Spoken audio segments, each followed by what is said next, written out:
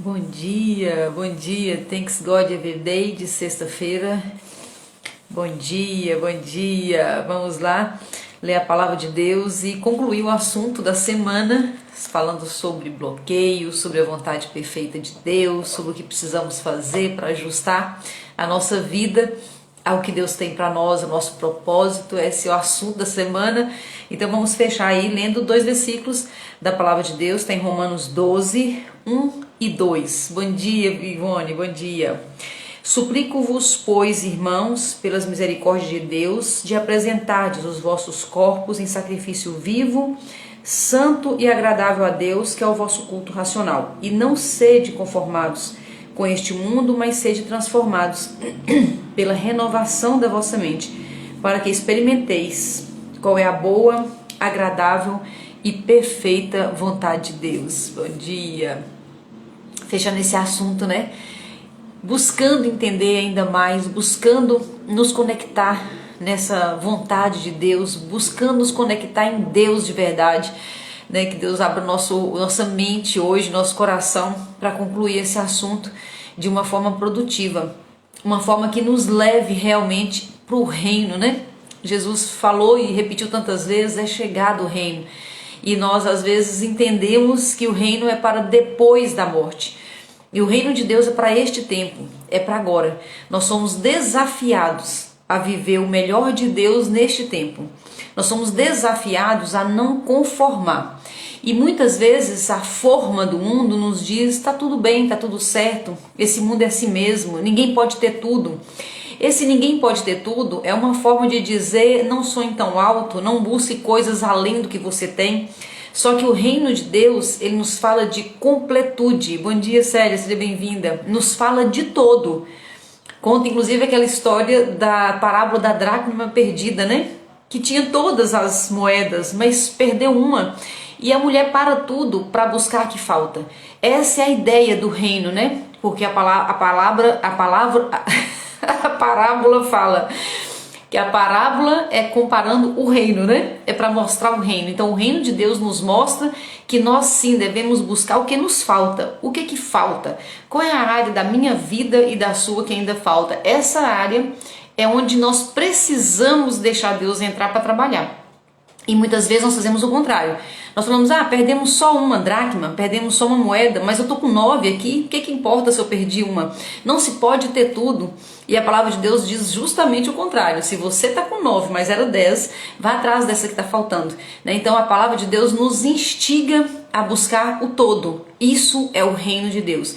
E o reino de Deus, é claro que nós estamos indo para encontrar com o Senhor, nós vamos viver com Ele na eternidade e ali se concretiza tudo, mas nós somos agora chamados neste tempo, neste lugar que nós vivemos, a buscar o reino de Deus hoje e não esperar para depois da morte. Ei, Sara, bom dia! E o que nos segura, uma das coisas que nos segura, é claro que também, por exemplo, o pecado nos segura longe. O pecado nos segura longe de tudo isso, é uma realidade. Mas nós não estamos falando de pecado aqui, nós estamos falando dos bloqueios. Então, quando nós deixamos os bloqueios tomar conta da nossa vida, responder por nós, os bloqueios, eles são responsáveis de nos deixar longe da vontade de Deus. Isso é tão grave, tão sério, que é por isso que nós somos bloqueados, às vezes, ainda no ventre da mãe, ou na nossa primeira infância. A maioria dos nossos bloqueios acontece na primeira infância. E isso é feito por quem, né? Pelas mãos dos pais, dos pastores, dos padres, dos professores. São esses que nos bloqueiam. Mas porque eles são ruins? Não, porque eles também foram bloqueados. Quem bloqueia, na verdade, é o inimigo de Deus. O inimigo de Deus pode bloquear, às vezes, 2, 3 gerações antes da minha e da sua, para que você não cumpra o propósito pelo qual você foi chamado. E aí tem uma frase que eu gosto muito, já citei algumas vezes aqui, eu ouvi do Pablo Marçal, não sei se é dele, né? Mas eu ouvi dele a primeira vez, que diz o seguinte, que o seu bloqueio o seu maior bloqueio, ou seja, aquela área que você não tem resultado ainda, o seu maior bloqueio tem intimidade com o seu propósito. Por quê? Porque o inimigo de Deus nos bloqueia naquela área que nós viemos para cumprir o propósito naquela área. Então, se o meu maior problema é financeiro, eu posso ter sido bloqueada, e é bem provável que seja. Em gerações passadas, meus avós, os pais e tudo, me bloquearam na infância para que eu não cumprisse o meu chamado na vida financeira. Isso pode ser em relação à maternidade, de repente eu não tenho filhos, não quero ter filhos ou não posso ter filhos, eu fui bloqueada nisso lá atrás para que eu não cumprisse o meu chamado. Isso pode ser em relação a casais, até um casamento que testemunha, né, a vontade perfeita de Deus em relação à educação de filhos, em qualquer coisa. O mais importante é a gente entender que o nosso maior bloqueio tem intimidade com o nosso chamado e com o nosso propósito, né? E eu acredito que muitos de vocês, quem me ouve às vezes fala assim: André, eu já entendi que eu estou bloqueada em tal coisa. Então eu acredito que todo mundo que nós estamos nessa conversa aqui já há algum tempo, nós já sabemos quais são os nossos bloqueios. Pode ser bloqueio de paternidade, pode ser bloqueio de religiosidade, bloqueio de autoestima, bloqueio de criatividade. São tantos os bloqueios, né? E nós podemos já ter visto, ter enxergado qual é esse bloqueio que nós precisamos trabalhar, qual é a parte no nosso coração assim que precisa de cura. E o que eu mais escuto das pessoas que conversam comigo depois no privado é assim: mas o que eu faço agora? Bom dia, Thelma, seja bem-vinda, lindona. O que eu faço agora, né? Eu já sei que eu tô bloqueada, mas o que eu faço agora? Como resolver, né? É isso que eu mais escuto. O que eu faço agora, Andréia? Primeiro, deixar bem claro que eu não sou terapeuta, né? Não sou terapeuta. Eu só falo aqui das coisas que o Espírito Santo tem falado comigo, das coisas que o Senhor tem trabalhado comigo na minha vida. Então eu só sopro o sopro do Espírito Santo. Eu não sou terapeuta, só para deixar claro, e nem pretendo ser. Minha praia é outra. Tem quem me segue sabe, minha praia é emagrecimento, é saúde, é a vida plena, né? Mas eu falo com vocês baseado na minha experiência e baseado no que o Espírito Santo tem soprado no meu coração tão fortemente. Essa palavra, por exemplo, que eu tô falando com vocês agora, enquanto eu meditava de manhã antes, né, para poder trazer para vocês e falar, eu sempre falo: Deus, o que o Senhor tem hoje para nós, né? Fala aqui no meu coração primeiro. Eu chorei na presença do Senhor, porque o Senhor me toca de uma forma tão profunda nas coisas dele, essa angústia que está no coração dele por cada um de nós, né? O Senhor, ele sofre de amor por cada um de nós. Você sabia disso? Ele sofre de amor. Mas por que ele sofre de amor, Andréia? Ele não é todo poderoso? Claro que ele é todo poderoso, mas o que está acontecendo é que assim como sempre foi, e está escrito em Apocalipse, ele não entra, ele não invade. Eis que estou à porta e bato. E ele sabe, ele olha para o seu coração, ele olha para o meu coração. Bom dia, Elielza, seja bem-vinda, as meninas estão chegando aí agora. Mas ele olha para nós, ele vê o nosso bloqueio, ele sabe que ele pode nos ajudar, mas sabe o que acontece? Nós não abrimos a porta do nosso coração. Então o que eu mais escuto é: como fazer? Como que eu resolvo isso? Tá, já sei que eu tenho problema com minha mãe, que eu tenho problema com meu pai, que eu fui abandonada, ou que eu fui rejeitada. Eu já sei de tudo isso. Como que eu vou resolver? O que as pessoas mais perguntam é o como. Mas a solução não está no como. Mas eu já convidei vocês, né? Alguns já estão lá no grupo. No dia 5 de junho nós vamos fazer juntos uma mentoria de 3 horas, que eu estou fazendo para quem comprou o audiobook e para o audiobook não, o e-book, né? E se inscreveu. Na última página lá tem o jeito de você entrar no grupo e nós vamos fazer junto uma mentoria. Bom dia, lindona. Nós vamos ficar juntos 3 horas e eu vou dar essa contribuição gratuita para quem comprou o e-book, né? Nós vamos passar juntos. É uma ajuda para isso. É um como. Eu vou entregar um como para vocês, tá? Mas o mais importante não é o como. O mais importante é abrir a porta do nosso coração. O que eu mais vejo, gente, mas assim, é gritante o tanto que eu vejo de pessoas que até já sabem, já tem até nome já do bloqueio que tem, mas tem tanto medo de voltar na infância, tanto medo de voltar no útero, tanto medo de voltar, dá tanto medo, e cria então uma resistência. Então o segredo, apesar de que eu vou fazer dia 5 de junho, essas 3 horas nós vamos passar juntos, de quem quiser dar esse avanço, eu vou entregar esse como também para vocês, um pouco, né, desse como, do meu como, ou talvez do como do Espírito Santo, né, porque eu não criei nada. Mas não é o como mais importante. O mais importante é nós pararmos de resistir ao que nós precisamos fazer. Então tem pessoas que já voltou, já veio aqui o abuso sexual que sofreu na infância, já veio aqui que foi rejeitado, já veio aqui questão de adoção, já veio aqui questão de rejeição de pai ou de mãe, já veio aqui questão de pai alcoólatra, já tá aí, tá borbulhando dentro de você, né? Tem pessoas, é tão interessante, gente, o ser humano ele é muito forte, né? Só que às vezes a gente usa essa força do ser humano contra nós mesmos. Eu tenho, não é um, não é duas, não é três, não é quatro, não é cinco clientes nossos, alunas nossas do método, que já entendeu que a capa de gordura que ela tem, ou seja, a obesidade, aquela gordura persistente que não sai, é uma proteção porque sofreu abuso sexual na infância. Gente, é chocante o número de mulheres que se protegem para não serem tão atraentes, né, por causa da culpa, bloqueio de culpa, bloqueio de sexualidade, por causa da culpa, se protegem contra os homens, ficando, entre aspas, feias, né? É aquela ideia de que se eu tiver bem gordinha, ninguém mexe comigo. Você pode falar assim, André, isso não tem nenhuma lógica. Não, mas não tem lógica mesmo não, não é lógica. É a lógica só do emocional, ela se protege dessa forma. E isso pode ser resolvido, isso pode ser resolvido. Tantas pessoas já resolveram. Quando eu resolvo lá o bloqueio, eu não preciso mais da capa de gordura.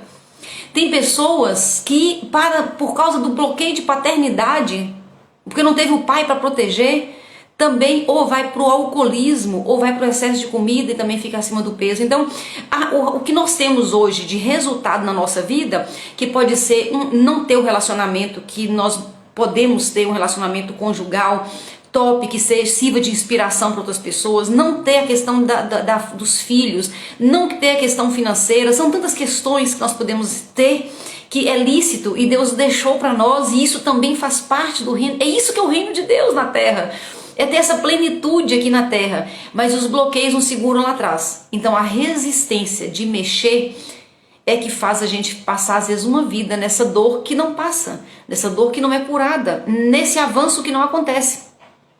E tem uma frase, né, que representa isso: deixa como tá, para ver como é que fica. E eu falei, acho que na terça-feira, se eu não me engano, eu falei, o tempo não cura nada. Então deixa que o tempo cura. O tempo não cura nada, o tempo não serve para curar nada. O tempo só leva essa dor por mais outra geração, por mais outra década, mais outro tempo, né? Então o tempo não cura. O que cura é o que nós fazemos dentro do tempo, né? Então resistência, quanto mais resistência nós temos, mais demora. E, de verdade, você pode morrer com isso. Que triste seria, né, morrer com uma situação, uma dor que não precisa ir para o túmulo conosco. Uma dor que me afasta da vida plena. Eu posso ter uma vida plena aqui hoje, mas essa dor desse bloqueio não deixa. Mas eu não quero mexer nisso. Eu resisto. Mas, na verdade, eu estou resistindo é a ação de Deus. Eu falo isso com vocês com tanta confiança porque, como eu parei de resistir e eu voltei num bloqueio tão doído, que era o principal bloqueio. Às vezes tem um bloqueio que é tipo assim, é o que segura todos os outros. Tem um bloqueio grandão, principalzão. E eu vou contar na mentoria que bloqueio foi esse, como que eu fiz assim com mais detalhe. Mas eu vou contar lá, passei uma sala mais fechadinha, né? Então, esse bloqueio, eu tinha tanto medo de voltar lá. E quando eu voltei, foi tão amoroso, foi tão gostoso, que eu pensei que eu fosse chorar horrores por mexer numa ferida tão doída. Mas, pasme, foi tão leve, porque na verdade o Senhor foi comigo. E quando eu cheguei lá, eu vi um amor tão grande, tão grande, tão grande do meu lado, que o amor, né? O amor, ele estava ali junto comigo, tão grande, que aquela situação, eu chorei, mas foi de compaixão por quem tinha feito aquilo comigo. Eu chorei de compaixão e a coisa parece que colou tudo e resolveu, e aquilo que estava tudo trincado se resolveu. E aí junto com isso vem outras coisas, outras maravilhas que vão vindo junto, porque eu não resisti, né? Bom dia, meninas, estão chegando aí agora. E a segunda coisa, então eu falei que nós não precisamos nos preocupar com o como. O como, ele vem. Então nós temos que parar de resistir e aceitar entrar nesse processo. E depois que eu paro de resistir, então vem a segunda receita infalível. São receitas infalíveis mesmo. Primeiro, parar de resistir. E o segundo é a intimidade. Na verdade, o que cura não é o processo em si. O que cura é o amor de Deus que está no processo. É a intimidade. Mas, por favor, não confundam intimidade com religiosidade. Eis que estou à porta e bato. Aí quando eu escuto isso, né? Minha vida inteira eu ouvi essa passagem. Eis que estou à porta e bato. Isso é em Apocalipse 3:20. Eis que estou à porta e bato. Se abrir a porta, eu vou entrar. E cearei contigo. E você comigo. Ou seja, um momento de intimidade. Só que às vezes a gente interpreta isso de uma forma errada.